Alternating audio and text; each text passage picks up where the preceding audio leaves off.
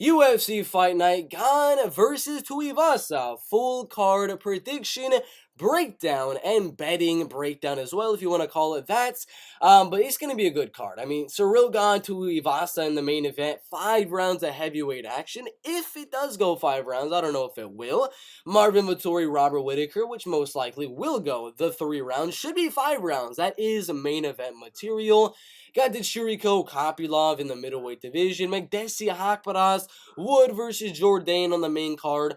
But no Nassourdine Imavov, Joaquin, Buckley. I don't know why it's not on the main card or not even as the main prelim, but it just isn't. And if you want to look at the other fights as well, you definitely can do so. But these are the betting odds. If you want to pause the video, zoom in, whatever the case may be, these are all the betting odds. We will be looking at them throughout this video as well. Do my prediction, my breakdowns, and our betting breakdown as well. Looking at some of the betting odds and some of the bets we might actually be making. And then we'll do our confident picks later on in the day. But with all that being said, let's get into the first fight here in the featherweight division. William Gomis and Jarno Ergens. In the featherweight division, Jarno Ergens, 27.5 years old, a little bit smaller than William Gomis. Not too sure about the reach. I don't know why it's not going to show the reach for a guy that's fighting inside of the UFC, but whatever. Jarno Ergens from France, he's from the Netherlands. Kind of looks like the French flag. Coming off a loss to Mert Ozil, however you say that name. But he's got a lot of wins before that, mainly coming by a decision. 5 decision wins, 5 submission wins, and 3 knockout wins. If I'm Jarno Ergens, I'm trying to take down William Gomis. William Gomis is a really good striker, very good at range, very tall, very lengthy, good counter puncher, and he's got good grappling as well. But if there's any place for this fight for Jarno Ergens to win, it would have to be on the ground with the grappling, with the wrestling, maybe looking for a submission or something like that. As it is his most recent loss, coming by heel hook in round number 2. The betting odds for the fight do have, if I can find them, William Gomis at minus 200, minus 210 right there, with Jarno Ergens at plus 180, right around where I thought they would be, but the Tapology predictions going insane, having Gomis at 91% confidence. I do as well have Gomis winning this fight. He's taller, he's lengthier, he's a very good counterpuncher, and Jarno Ergens' striking defense is really just not that good. I think Jarno is going to be looking to come forward and look for the takedown on William Gomis, but because William does have the submission threat with the guillotine to defend the takedowns, he does have just naturally good defense for the takedowns. Plus, he's going to have the better counter-punching and the better striking, a little bit more power than Jarno Ergens. I do think this one is just going to be kind of a little bit of a showcase fight for William Gomis to make his debut inside of the UFC. It's in Paris, France. He is from France. I think the UFC wants him to win to start off the card, and I think he will win the fight by a unanimous decision, countering Jarno Ergens as he's coming in, using submissions and using his takedown defense to make this a 30-27 unanimous decision with the striking. Stephanie Egger and Ailin Perez in the women's featherweight division. A short notice fight. Originally, we had Ailin Perez and Zara Fairn. I'm going to say it right now. Probably would have been one of my most confident picks of the card. I would have gone Ailin Perez by submission, round 1 or round 2. But now that we have Ailin Perez, Stephanie Egger, the fight has gone so much closer. I mean, Stephanie Egger is going to be a lot taller, or not that much taller, but a lot lengthier than Ailin Perez, moving from the bantamweight division to the featherweight division on short notice. She's got that UFC experience, beating girls like Shayna Young by TKO, Jessica Rose Clark with the armbar, Sinja Kiefer with the rear naked and things like that. I mean, she's been doing pretty good inside the UFC, only losing to girls that, use their wrestling or use their grappling to beat her in Mayra Bueno Silva and Tracy Cortez, which is why I think it's very interesting that the odds are the way that they are. The betting odds for this fight have Ailin Perez as a 2.5 to 1 underdog, plus 275. Stephanie Egger at minus 340. That is pretty insane if you ask me. The fight to go to a decision, they do not think this fight is going to go all the way. Personally, I think this is a very, very close fight. I am going to go Stephanie Egger to win the fight, but once I get into my confident picks video, she's not going to be very high onto the list.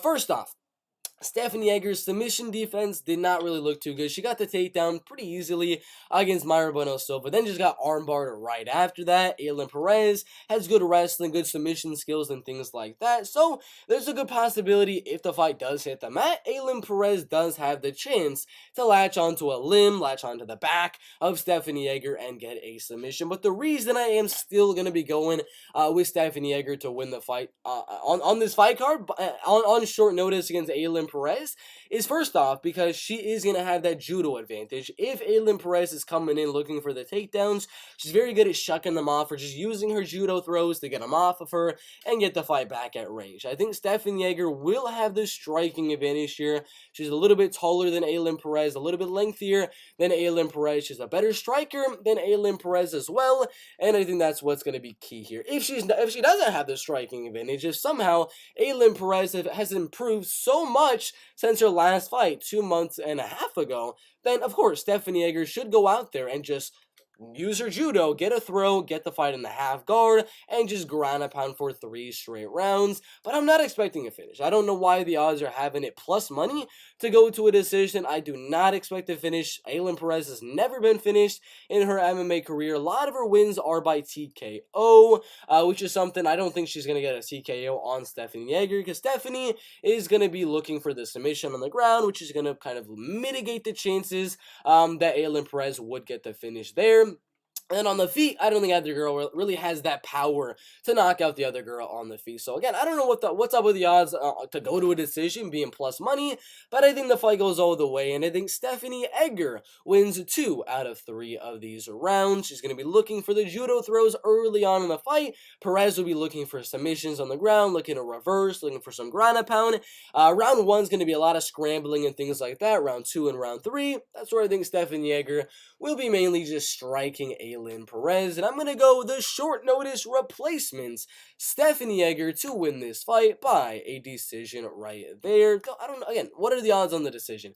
Let me check that one more time. Plus 110 over 2.5. Probably going to be like plus 130, plus 145 to go to a decision. Again, I don't really understand that, but that is my prediction. Stephanie Egger by a decision. Khalid Taha and Christian Quiñonez in the bantamweight division. I do like this fight, and they're both not really old fighters in their career. I mean, Khalid Taha has a few losses recently inside the UFC, losing to Nathaniel, Raoni Barcelos, Sergey Morazo, beating Boston Salmon by knockout, and beating Bruno Silva. But, you know, USADA got the juice. But now he's going to be fighting Christian Quiñonez, who is coming in on this fight on short notice. And I'm going to say it right now, this is a coin flip. Topology has Quiñonez as a favorite, but it's a 50-50 fight. In my opinion, it does come down to one thing, because right now you see the betting odds. Khalid Taha at minus 133, Christian Quiñonez at plus 118, plus 120 at best. I think it's a 50-50. Should be minus 110 and minus 110. For the reason being is Christian Quiñonez is going to be the taller, lengthier guy. He's going to be throwing a little bit more volume than Khalid Taha at range. Going to be using that height to move around the cage, stay away from the power punches of Khalid Taha, and maybe even mix in some takedowns here. If I'm Christian Quiñonez, I'm coming in there with a counter-punching game plan, striking at range, and when Khalid Taha comes into that range, that's where you mix in the takedowns. Because if you look at the main reason he's been losing inside the UFC, it's been due to either speed and volume, like it was with Raoni Barcelos. That is one thing that Christian Quiñonez will have the advantage in. The other way Khalid Taha is losing is by wrestling and grappling. Nathaniel Raoni as well as Sergey Morozov able to take him down and out-wrestle and out-grapple him. So for me, the game plan is clear for Christian Quiñonez, is to go out there, keep the fight at range, stay away from those big, powerful punches of Khalid Taha, and then try to mix in some wrestling and grappling as well, winning a very close 29-28 decision. That's what I think is going to happen. It just all comes down to, will Quiñonez actually go through with the game plan? If Quiñonez goes out there with no plan to wrestle, no plan to grapple in this fight, and he's just trying to trade with Khalid Taha in the fight, well, my prediction is going to be absolutely horrible. It really comes down to, will Christian Quiñonez use the correct game plan? That is pretty much it. And for anyone wondering, yeah, this is a short notice fight. The original opponent was Taylor Lapilus, which I was pretty confident in beating Khalid Taha.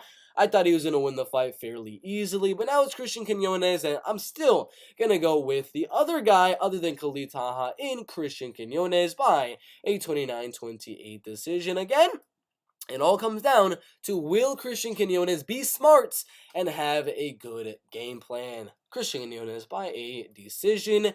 Benoit Saint-Denis and Gabriel Miranda in the lightweight division. Benoit, again, he is from France, which does lead you to believe that the UFC would like him to win this fight, as this fight card is in Paris, France. The betting odds for the fight, as of right now, they started off at -200 for Benoit Saint-Denis, but then they moved. I mean, a lot of money came in on Benoit, as he is from France, and he is probably going to win the fight. That is going to be my prediction, is going to be Benoit. He is a little bit younger than Gabriel Miranda at 26.5 years old. Gabriel Miranda does have good jiu-jitsu skills, a lot of submission wins on his record, a lot of grappling bouts, and just, I mean, come on, 15 submission wins and 1 knockout win. Out of the losses, 4 of them have come by decision, 1 of them has come by knockout. So I do not think Benoit Saint-Denis is going to go out there and submit Gabriel Miranda. I could see a submission from Gabriel Miranda onto Benoit Saint-Denis, but I don't see it happening. I see this fight either being a Benoit Saint-Denis TKO late on in this fight, as Gabriel Miranda is tired going for submission after submission after submission, and Benoit's pressure just finally gets to him, or Miranda just gets outstruck for 3 straight rounds, gets taken down and controlled on the ground, not able to get any submissions, and Benoit Saint-Denis gets a nice unanimous decision. That's what I'm thinking. I would like to see a finish. I predicted a lot of decisions so far on the card. I would like to see a Benoit Saint-Denis TKO in the fight.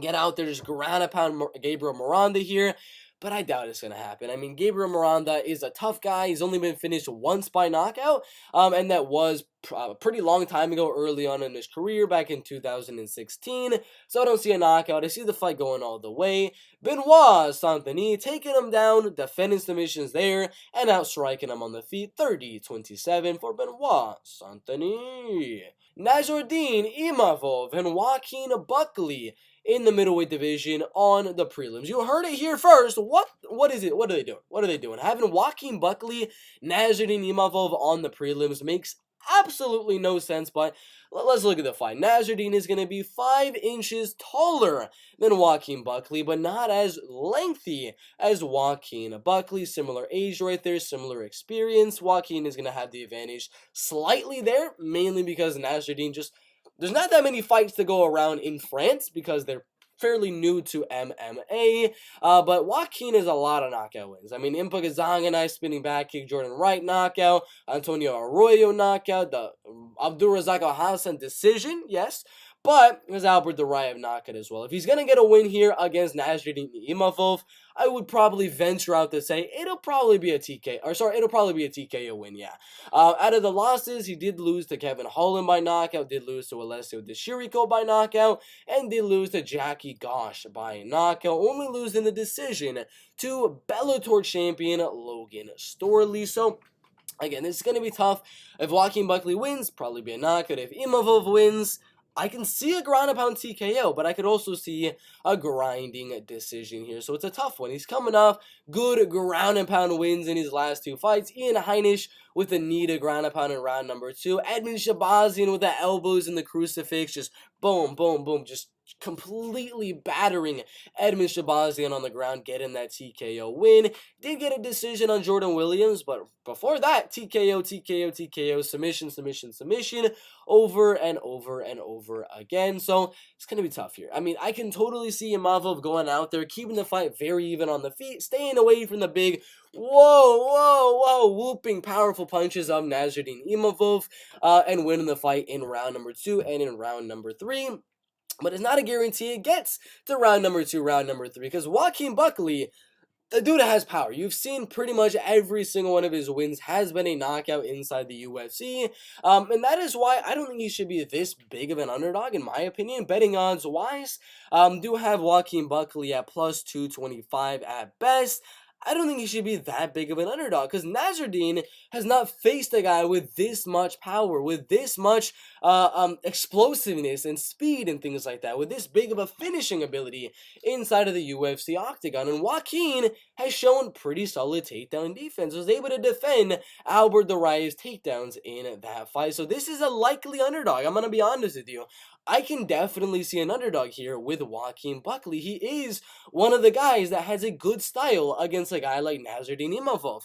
Now, yes, he probably will lose round 3 to being a little bit tired, but like the Albert the Riot fight, defend the takedown in round 1, in round 2, laying huge shots in the rounds, and he can definitely walk out of here with a knockout win early on in the fight, or winning round 1, round 2, and getting a decision. So Joaquin Buckley is one of those guys I see having a huge shots as being an underdog win on this card. Very likely to get that TKO win, but I don't know. I think he's going to gas out a little bit here. I think Imavov is going to make him throw some huge shots in the feet, just really let it all out in round number 1. Joaquin is going to be really chasing that finish early on in the fight. He might crack Nassourdine, he might win that first round, but I think after that, Nassourdine will find his timing, will find his range on the feet, will mix in the takedowns and ground and pound Joaquin Buckley.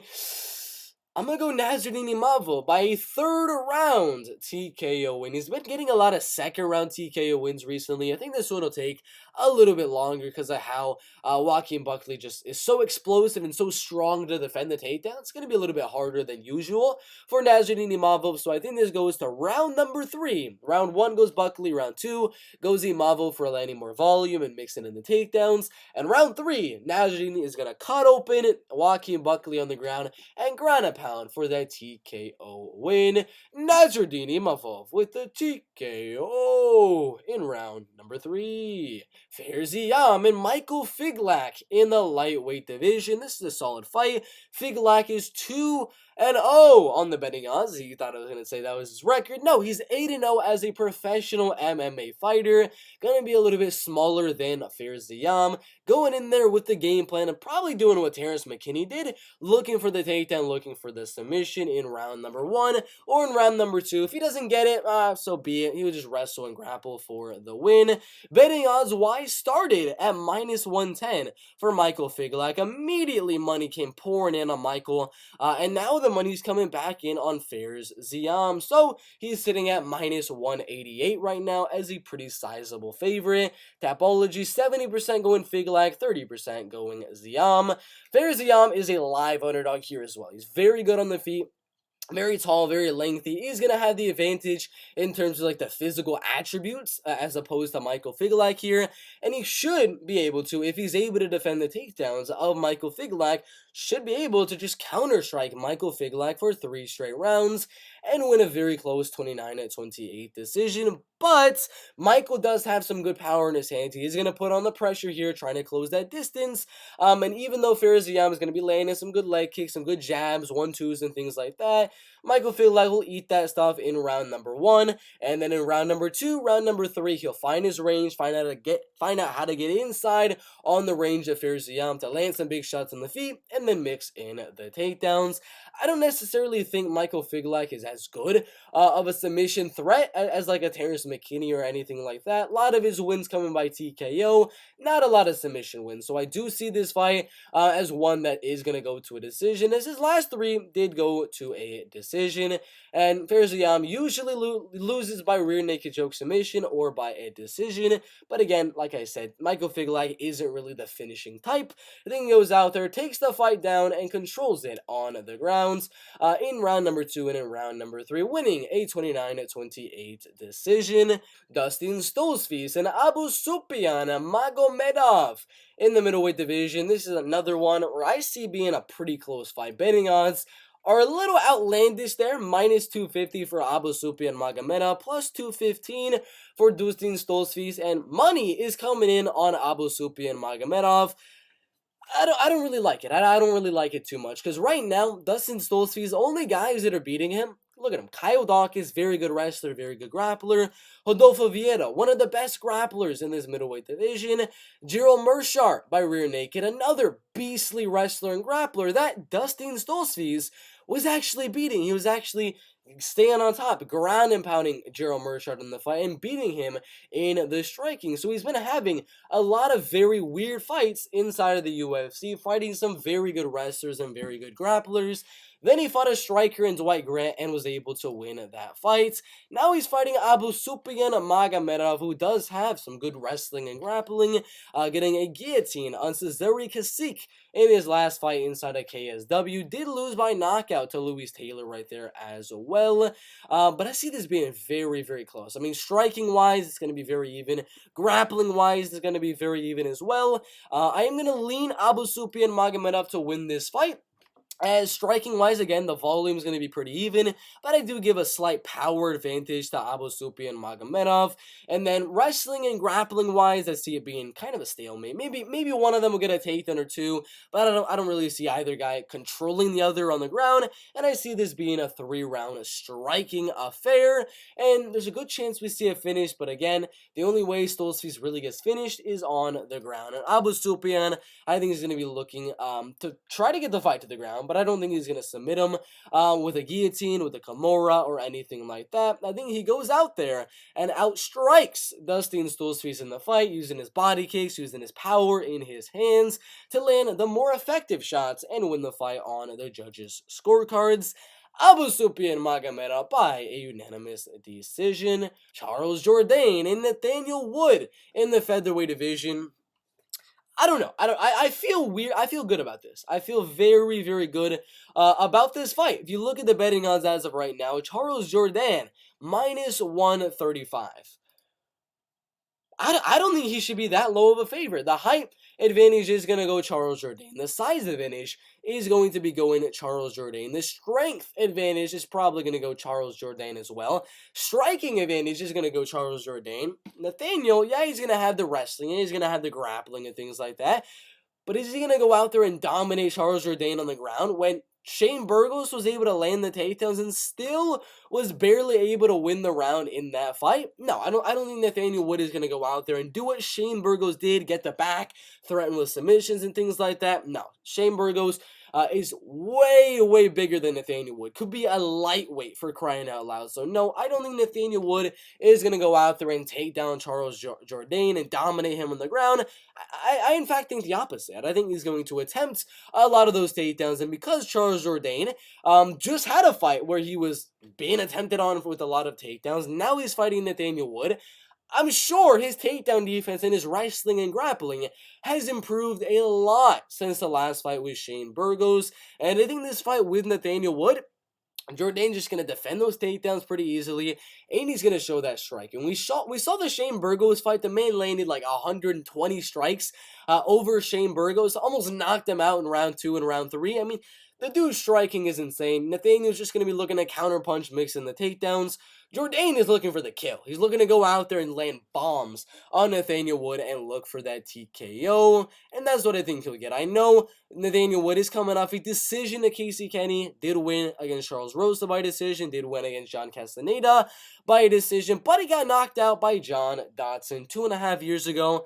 I don't know about that chin there, Nathaniel Wood. I think Charles Jourdain goes out there, pressures the heck out of Nathaniel Wood after defending a lot of takedowns here, lands right on that chinny chin of Nathaniel Wood and knocks him out in round number 2. It's going to be a banger of a fight. Nasrat Haqparast and John Magdessi in the lightweight division. John doing very good in the UFC, beating Abel Churijo by unanimous decision, Ross Pearson by unanimous decision, Jesus Pinedo by unanimous decision. Then he lost to Francisco Trinaldo by unanimous decision, a welterweight fighter who is a heck of a lot bigger than John Magdessi. Then he went out there and beat Ignacio Bahamondes by decision, which was a very good win. He's not that active, man. The last win was Ignacio a year and a half ago. He's 37 years old. He's not as tall as Nasrat. He's not as lengthy as Nasrat.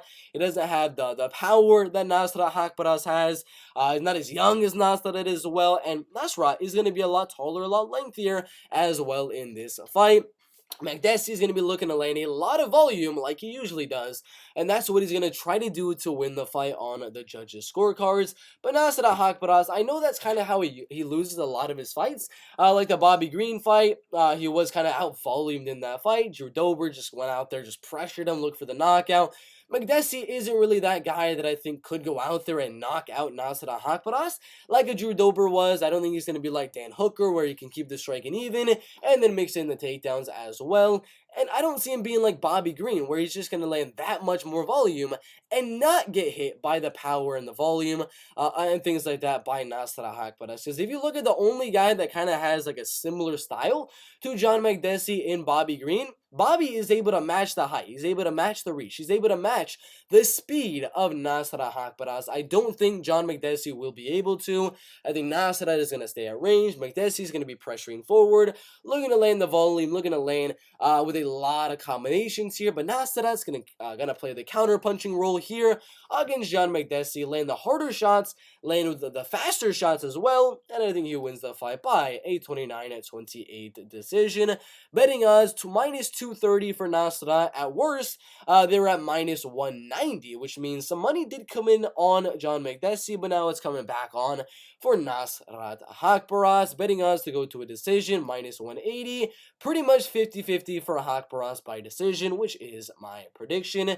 But yeah, Nasrat Haqparast by a unanimous decision. Alessio Chirico and Roman Kopylov in the middleweight division. It's a tough fight because Roman has some power in his hands, knocking out Yasube Inomoto in that fight, knocking out so many guys on the regional scene there. Did lose to Karl Roberson as he did get taken down, out wrestled and out grappled, and then he lost to Albert Duraev as well. In a fight, you got out wrestled and out grappled, so that's the only reason I'm going to Alessio Chirico. I mean, I was like, if it's striking, I can see Roman Kopylov landing the harder shots here, possibly even getting a knockout win on Alessio Chirico in this fight. But it's not going to only be striking. It's going to be some grappling and wrestling mixed in there as well. And I give Alessio Chirico the slight advantage there. I think the volume is going to be very even here. I think they're both going to land similar volume here. Roman is going to land a little bit more power. Alessio is going to land a little bit more kicks to the leg, to the body, to the head. I mean, the kicking game of Alessio is going to be that equalizer on the feet. And then I see Alessio mixing in some clinching, mixing in some takedown attempts, and things like that, which will help him to get the decision win. But it is a close one. Alessio, right now it's a 50-50. Some betting odds have Roman Kopylov as the underdog. Some of them did have Roman as a slight favorite at one point as well. But right now, -110, -110. The fight could go either way, and I do see the fight being one that could go either way, as Alessio Chirico did go out there and get knocked out by Abdulrazak Hassan in his last fight. Roman has good power in his hands. Could go out there and get the knockout here on Alessio Chirico, but I think Alessio uses his kicking game to win the fight by decision. Boxing, going to be pretty even, give the slight advantage to Roman, but Alessio will win it with the kicks. The body kicks, the leg kicks, the head kicks.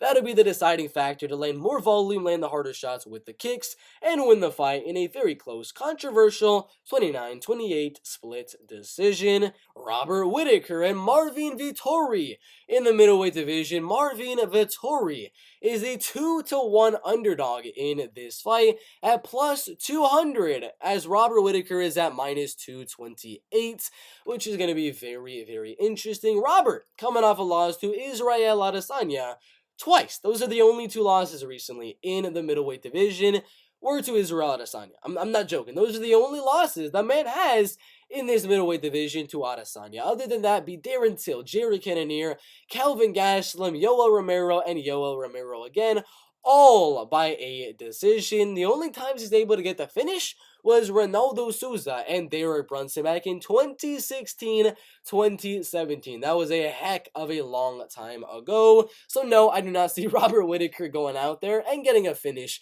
on Marvin Vettori. Marvin has never been finished in his professional MMA career, and it has been ever since the Karl Roberson fight that he's gotten a finish of his own. Was that rear naked choke on Karl Roberson. That is the only finish the man has since 2016. That is about 6 years of no finishes for Marvin Vettori, of one finish for Marvin Vettori, sorry, and 6 years of only about 2 finishes for Robert Whittaker. So no, guys, I do not see a finish in this fight, and I don't see Marvin Vettori going out there mixing in the takedowns, because Robert, if you remember the Yoel Romero fights, where he did win both of them by very close decisions, he was able to defend the takedowns for the most part. When he was taken down, he got right back up. So in this fight with Marvin Vettori, I think Marvin will be looking to land some of those takedowns, make this mainly a wrestling and grappling type of fight, try to control the fight on the ground and win the fight that way. I don't see it happening. I think round 1 and round 2 and round 3 will all be going towards Robert Whittaker, defending the takedowns, landing more volume than Marvin Vettori on the feet, landing the harder shots than Marvin Vettori, the body kicks, the head kicks, the 1-2s at range, that amazing combination where he goes 1-2, and then that high kick is just an absolutely devastating combination that Robert Whittaker has just perfected throughout his career. I think it's fairly simple. Marvin has good wrestling, but is not like super Bo Nichols type of wrestling or anything like that. And Robert Whittaker, even when he fought a legit, really good wrestler in Yoel Romero, he was still able to defend the takedown. So if it's 3 rounds of striking, who's the better striker? It is Robert Whittaker. He's more powerful. He throws more volume. He's the better striker. I mean, come on, guys. He's going to do exactly what Israel Adesanya did to Marvin Vettori. Robert Whittaker by a 30-27 unanimous decision. Ciryl Gane and Tai Tuivasa in the heavyweight division. Ciryl Gane is one of the, I think he is the biggest favorite on this entire card at minus 540. At one point, he was at minus 475. So money every now and then comes in on Tai Tuivasa, but then it comes right back down, because we know everyone is parlaying Ciryl Gane in all of their parlays and things like that. So yes, of course, even when there's a big bum rush of money coming in on Tai Tuivasa, like there was right here, it usually comes right back down with the parlays that everyone's putting Ciryl Gane in. But it's going to be a good fight. Ciryl is the biggest favorite on the card. He's going to be a little bit older than Tai Tuivasa right here. Not as big as Tai Tuivasa by about 18 pounds, but he's going to be taller, and he is going to be lengthier as well. Ciryl Gane's going to be the better striker. He's going to be used in round 1 to kind of strike with Tai Tuivasa and kind of find that range to land the jab, land the 1-2, and not get hit by the big bam bam Tai Tuivasa. Big right hands and left hook. So round 1, I don't see a finish. Round 2, I don't see a finish either.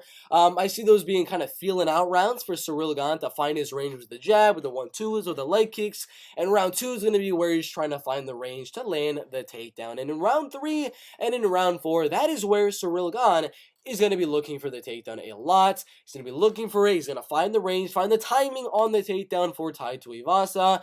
And I think in round number 3 or in round number 4, Ciryl Gane will get Tai Tuivasa's back and rear naked choke submit him in this fight. The French card, the French crowd is going to go absolutely wild after this fight. Maybe he gets a heel hook, maybe he gets an arm triangle.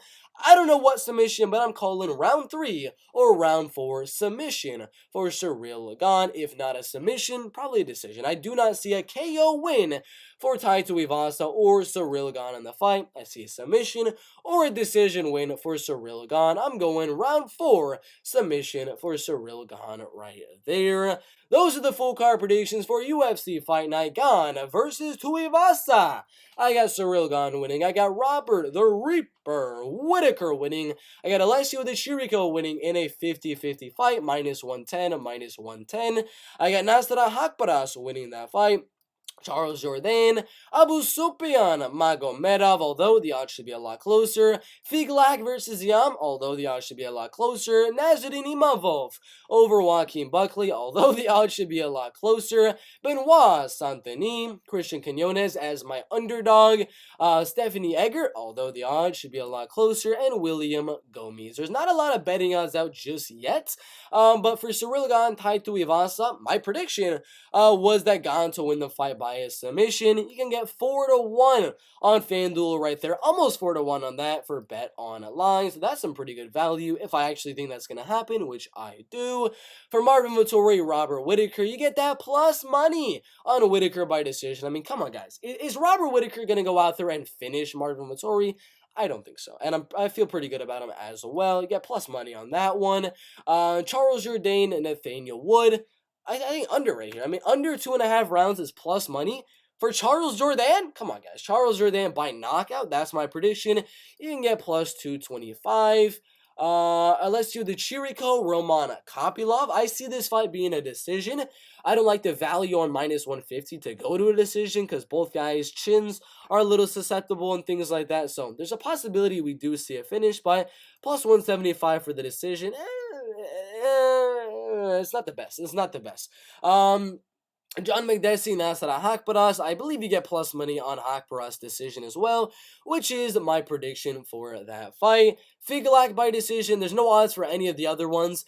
Any of the other fights just yet. Let's refresh just in case. Yeah, there's nothing out just yet. But over 2.5, that's crazy in my opinion because I mean, it's not too crazy to be quite honest with you. I mean, Figlak is coming off of 3 decision wins in a row, and Ziam only loses fights by rear naked. So I mean, that's not too bad, I guess. Kind of makes sense, but would I bet it? Probably not. Khalid, Taha, Quiñonez obviously got that dog money on my prediction. All has to go to a decision. I probably wouldn't take it. I'm gonna be honest with you. Ailin, Perez, Stefan Yeager. Again, like I said, close fight there. Underdog or pass. William Gomis, Jarno, Ergens. I see this one being a decision. So plus 100 to go over 2.5. I think it happens. So it's plus money. Abusupiyan, Magomedov. That's a tough one. Yeah, we'll have to see once those odds do come out. Benoit Denis over 1.5 is pretty interesting. I actually do have Benoit Denis by decision, which I assume is probably going to be plus 200, something like that. And then Imavov by decision, maybe by a 3rd round TKO, also is going to be pretty high plus money. So if you want to do like maybe a 3rd round TKO or decision prop for Nassourdine Imavov, that should be pretty good. I would say probably going to be plus money as well. But those are the predictions of the betting breakdown as well for the odds that are actually out right now. But if you want to see all the official bets that I am going to be making for this entire card, UFC Fight Night Gane versus Tuivasa, my moneyline bets, my parlays, which do very good on UFC cards, my prop bets as well, you can definitely go down in the description down below for $2.99 a month, 10 cents a day for all of my UFC, Bellator, PFL, and Dana White's Contender Series bets. And if you would like all of my other bets when it comes to all the lower level LFA, Cage Fury FC, One Championship and things like that, we do give all of those ones out for $9.99 a month, so a little bit more. But you also get basketball, you get tennis, you get football, you get pretty much every single sport with a $9.99 offer. But if you just want the major MMA organizations, literally only 10 cents a day. So click the link in the top of the description down below. These are the predictions. Thanks for watching. Make sure to like, make sure to subscribe, and we'll see you in the next one.